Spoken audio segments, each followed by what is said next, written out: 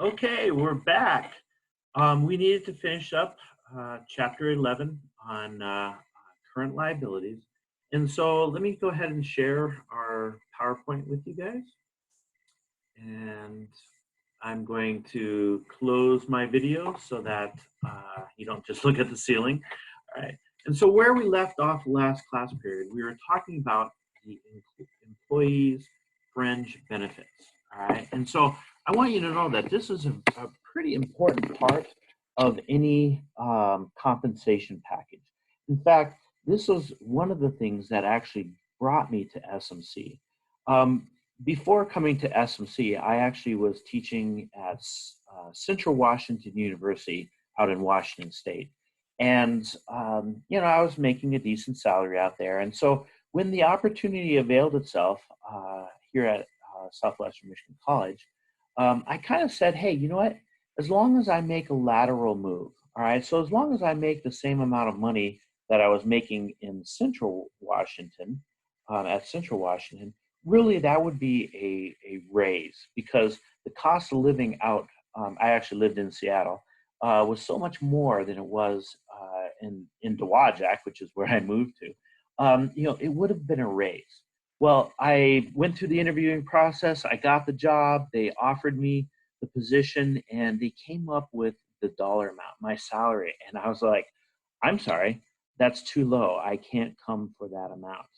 And they actually went back and they counter offered me, and they actually still were below what kind of my imaginary cutoff was. And so just as I was about to, turn down the job, the HR director said, hey, but wait, do you realize that SMC pays 14% into your retirement fund? And where I was at, they would match 7%. All right. So if I put in 7% into my retirement, then Central Washington would put in 7%. All right. Whereas SMC actually paid 14% of my salary into my retirement fund. And so I did a quick calculation on my calculator, and it turned out, so my imaginary number, it was $100 above my cutoff. And so I accepted. And so that's what actually brought me to SMC. So fringe benefits, all right, or retirement plans can be very beneficial. All right. So many companies provide their employees benefits in addition to salary and wage. All right. Such fringe benefits are vacation pay, medical benefits, retirement benefits. The cost of employee fringe benefits is recorded as an expense by the employer. And so really the issue here is, again, that matching concept. We want to make sure that we match the cost, right, of these benefits against the revenues that our employees are generating for us during that period. And so, fringe benefits, can be something. And the whole idea behind fringe benefits is to be able to attract and retain quality employees. And so the first one we're going to look at is vacation pay. All right. And so generally, you start your first job, you're going to get 2 weeks paid vacation. All right. And so we need to set up, because as the employee works, they earn that vacation. So the liability that you pay for employees' vacations could be accrued as a liability at the end of each pay period. However, many companies wait and record on adjusting entry for accrued vacation at the end of the year. So again, going back to chapter 3 when we did adjusting entries. Okay. And so the calculation is pretty easy. Assume that employees earn 1 day of vacation each month that they work, right? The estimated vacation pay for the year ended December 31st is $325,000. And so what we do is we basically expense that, right, and set up what's referred to as an accrued liability. We're bringing that liability back to December 31st, right? And we will pay that off in the subsequent years. So if an employees are required to take all their vacation within 1 year, the vacation payable is reported as a current liability on the balance sheet. Okay. If the employees are allowed to accumulate their vacation pay, the estimated vacation pay payable that is not to be taken within a year is reported as long-term.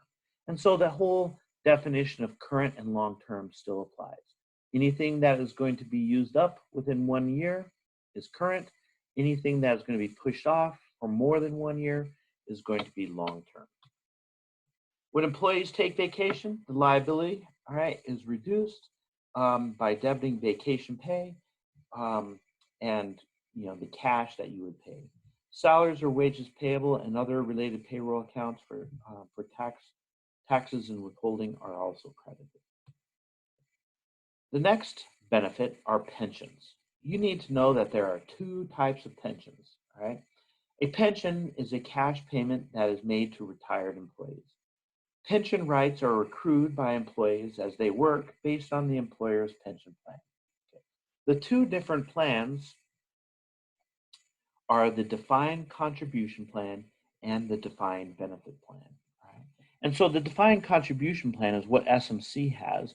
And so, they had your salary times 14%, okay? And this would be our pension expense. Okay. Whereas the defined benefit plan, all right, are really kind of going the way of the dinosaur. All right, not very many companies these days utilize this defined benefit plan. But basically, what it says is that, hey, when you retire in 30 years, we promise to pay you $5,000 a month. Right? We're locking in, we're defining the benefit that you're going to get when you retire. Right? Those are very expensive and very hard to calculate. Good thing you don't have to worry about that until intermediate accounting. So in a defined contribution plan, the plan, as I said, the company invests a contribution on behalf of the employee during the employee's working years. Normally, the employee and the employer contribute to the plan, right? So yeah, SMC contributed 14%, but I have to contribute 3%, right, for a total of 17%. The employee's pension depends on the total contributions and the investment, all right, as it grows, all right? And so not only are we putting money in, but the hope is that we're investing it where it grows over the years. One of the more popular defined contribution plans is the 401k. And so you've probably heard that, okay? The 401k plan, okay? That, this pension, the defined contribution plan is by far the widest or most common pension plan. Under the plan, the employees contribute a portion of their gross pay before taxes, right, to investments. A 401k plan offers employees 2 advantages. The employee contributions are deductible before taxes, and the contribution and retained earnings are not taxed until they're taken out at retirement. In most cases, employers match some portion of the employee's contribution, right? Well, SMC pays 14%. The employer's cost is debited to pension expense. So here's an example, all right? We had monthly salaries of $500,000, all right? The contribution is 10% of that, all right? And so 500,000 times 10%, pension expense, 50,000, cash, 50,000. Pretty easy, right? Well, when it comes to the defined benefit plan, it's not that easy. A defined benefit plan, the company pays the employee fixed annual pension based on a formula. That formula is normally based on such factors as the years of service, age, and past salary. Okay. A defined benefit plan, the employer is obligated to pay for the employee's future pension benefits, okay, out of a pension fund. Pension cost is a detail or a defined benefit plan debited to pension expense. Cash is credited, and the amount funded by the employer, and any unfunded amount is credited to unfunded pension liability. Okay. And so it looks like something like this. The pension expense was 80,000. They contributed cash of 60, which means we have a liability, right? That's what this whole chapter is about, of $20,000. If the unfunded pension liability is to be paid within 1 year, guess what? It's current, all right? Anything that is over that time, over a year, is going to be long-term. Other benefits, all right, other than pensions, dental care, eye care, so on and so on. Kind of funny, there's a position that was created, and it was called the Professor Emeritus. And basically, it was a plan to get an old econ professor to retire, all right? Because the econ professor was like, I can't retire, I got to pay for my medical. And so they came up with this program to encourage them to retire. It wasn't 3 years, all right, until he actually retired. That was Kurt Erickson, if you are familiar at all with older professors, all right? But basically, they were saying, hey, we'll go ahead and pay your medical, and we'll pay your life insurance, all right? And all you have to do is teach one class, right? But you, in essence, are going to retire. I think that program is still available. Hopefully that will be when I retire. But basically, you treat this similar to pensions. You estimate the annual benefits, you expense that, and you record the rest as a liability. The nature of post-retirement benefit liabilities should be disclosed in financial statements. These disclosures are usually included as notes in that financial statement. And so it would look something like this. We have our current liabilities, all right? We have our accounts payable, notes payable, salaries and wages payable, payroll taxes, and interest payable. Those are current in nature because they're going to be paid within a 1-year time period. A contingent liability, all right, it's not going to be a liability unless something happens, all right? And so, there's various different types, but the one I always like to talk about are lawsuits, all right? And so let's just say that, I don't know, your delivery guy was texting somebody as he was making delivery, and he clips somebody on their bicycle. They live, but they sue you, all right? And so this happened near the end of the year, okay? And you guys aren't even going to court until sometime in January.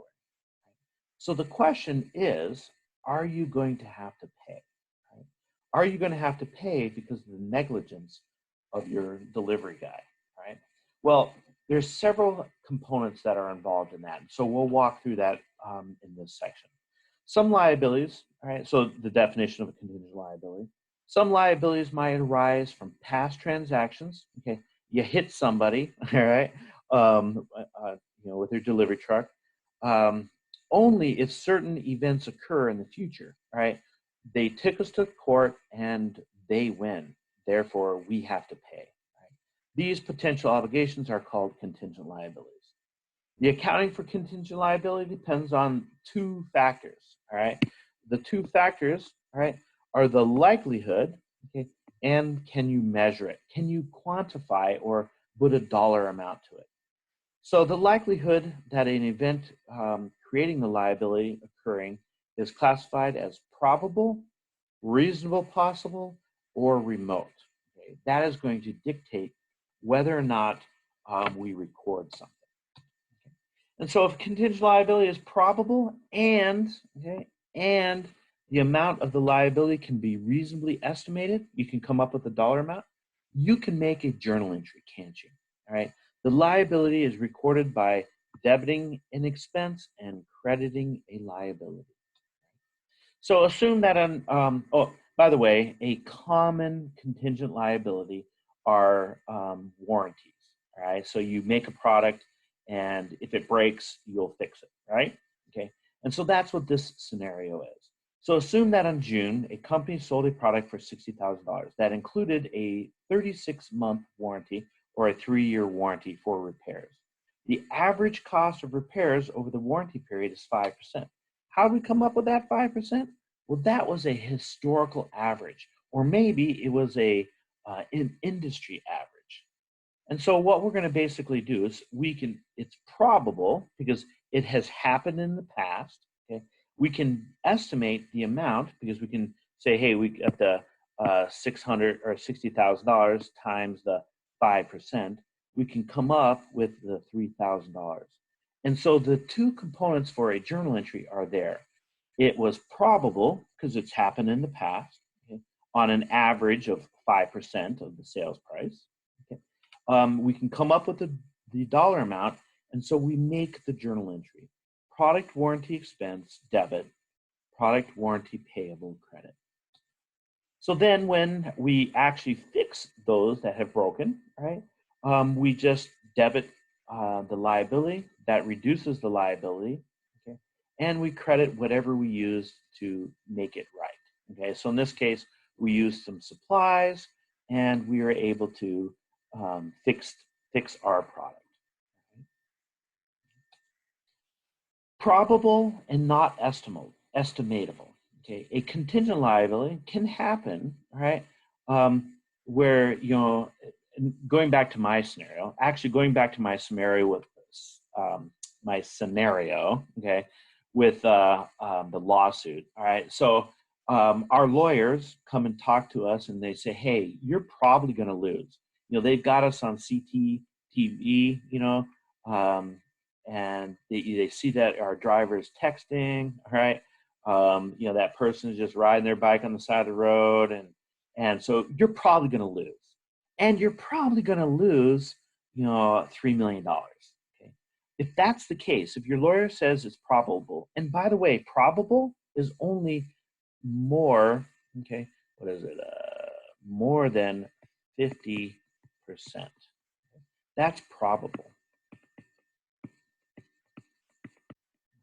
If it's more than 50% likelihood, then, and you can estimate it, you know, for $3 million, we're going to have to journalize that. We're going to record that in our journal, okay, as an adjusting entry.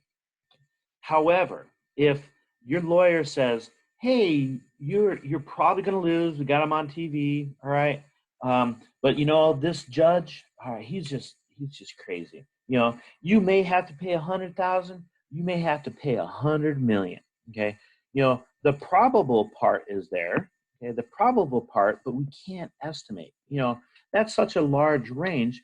You know, what are you going to make the journal entry for? 100,000 or 100 million? You really don't know. All right. So if that's the case, you do not make a journal entry, but you're going to disclose it, all right, in the notes to the financial statements. In your notes, you're going to say, "Hey, we're in, you know, we're being sued, all right, and there's a possibility, or it's probable we're going to lose, and you know, here's, you know, we're just giving full disclosure, all right, and that's an important concept in accounting, full disclosure."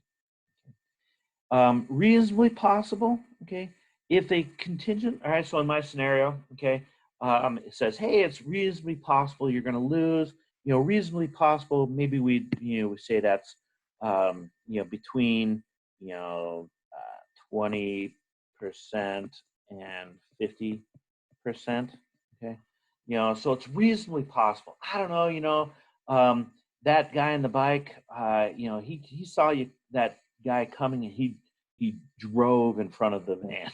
All right, I don't know, I'm making this up as I go. All right, but you know, we may lose, we may not lose. All right, if that's the case, we still need to disclose it. All right, full disclosure. Okay, but again, we're not going to make a journal entry. Then the final scenario, okay, is that it's remote. All right, and so less than 20%. Your lawyer says, "Don't worry about this. You know, I got pictures of that guy that was hit. You know, he's playing racquetball, or you know, he's playing football. You know, where in other times he's walking around with a neck brace. All right, and so you know, he's a scammer or whatever. You know, and so your lawyer comes and says, "Don't worry about it. You know, we're not going to lose." If that's the case, all right, then you don't have to disclose anything. You don't even have to bring it up in your financials. Make sense? Good, I hope so. Well, here's a decision tree, all right? Here's our lawsuit, okay? This is, you know, where we hit the guy, okay?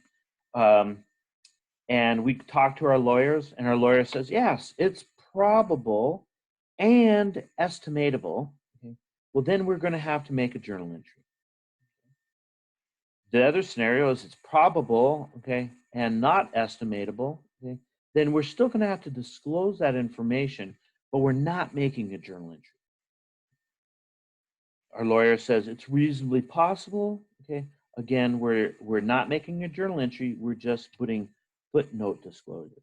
And then if it's remote, you don't have to worry about it at all.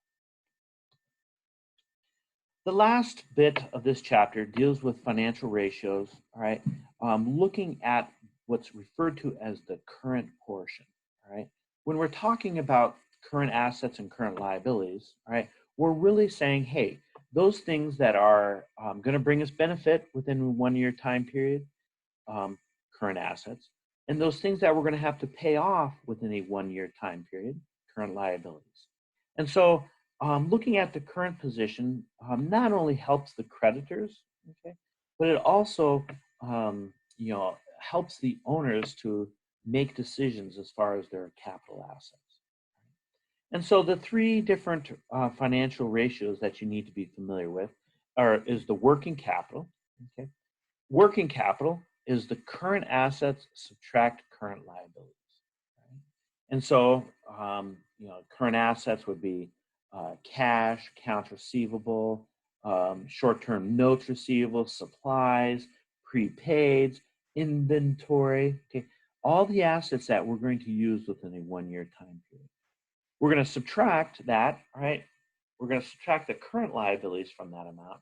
And this is what we have left over, okay, to work for us. And so if you remember my little scenario about the snowball, okay, let's think about the snowball as our current assets, all right? And so if we had this big old snowball and we took a big chunk of that and we paid off, okay, all of our current liabilities, the amount that we have left over is what we have to continue to work for us, i.e. working capital. The next ratio that is very closely related is the thing called the current ratio. Okay?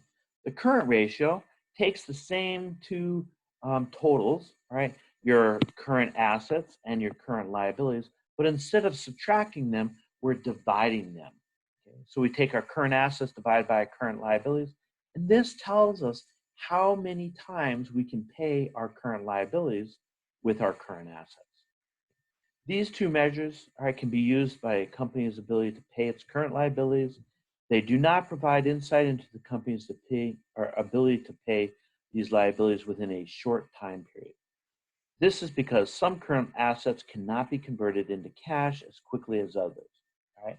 And so because of that, we have the third financial analysis for current. Right? And that's what's referred to as the quick ratio. So the quick ratio, right, says, hey, let's just look at the quick assets. And when we talk about quick assets, there's three, all right? The three quick assets are cash, this thing called a marketable security, okay, and accounts receivable, right? These are quick, right, or can be quickly turned into cash. Cash is cash, right? So that's the quickest of all assets. The next one are these things called marketable securities. Marketable securities are investments that we have in publicly traded corporations or publicly traded bonds, right? And so these are not our stock or bonds. These are other companies, things that are traded on the open stock market. Right? And then the last ones are called, or are accounts receivable. Those are quickly converted into cash because there's this thing called factoring. And a factoring is basically selling your accounts receivable. And so if you need money, you could actually go to a third party, right? Usually it's some sort of financial institution, say, hey, I have this $400,000 in receivables. How much would you give me if I gave these to you? And so usually there's this calculation, again, that's an intermediate accounting step, right? But, you may walk away with, if you had $400,000 in accounts receivable, you may walk away with $382,000, right? The person who's buying it's got to make money, right? And so they're going to give you pennies on the dollar, all right? It's kind of like loan sharking if you're familiar with that at all right? And so quick assets are cash and other current assets. There's only two, all right, marketable securities and accounts receivable that can be easily converted into cash. A quick ratio below 1 indicates that the company does not have enough quick assets to pay its current liabilities. And so, looking at the, an example here for tech solutions, right? We have all the current assets and current liabilities. And I know that there is a multiple choice question somewhere in your future that asks you to calculate, right? Either working capital, current ratio, or the quick ratio. And so we've identified, all right, we have, our current assets and our current liabilities, right? And so we just take, the working capital, we took this 9180 and we subtracted 5400, and that gave us that amount. Okay. We took the current ratio instead of subtracting, we just divided, okay, and that's how we end up with that. If we were to do the quick ratio, I don't think that's, is it the next slide? Oh yeah, they did it for us. Okay, they're going to take, let's see what color I didn't use. All right, they're going to take these top three. Okay, those are our quick assets, okay, and they're going to divide by this number here. Right? And so the next slide, shows us that we have 1.3. Well, I do want to tell you that when it comes to the financial ratios, okay, it does tell you something, but to identify if something is good or better, you need to compare it to something else. So let's just take, for example, right? Let's take this, this current ratio. It's 1.7. Is that good? Is that better? Well, if last year it was 1.5, yeah, 1.7 is better than last year. Okay. But if last year was 2, it's worse, isn't it? Okay. Because what 2 would mean is that we are able to pay our current liabilities off 2 times, right, with our current assets, whereas this year we can only pay it off 1.7 times.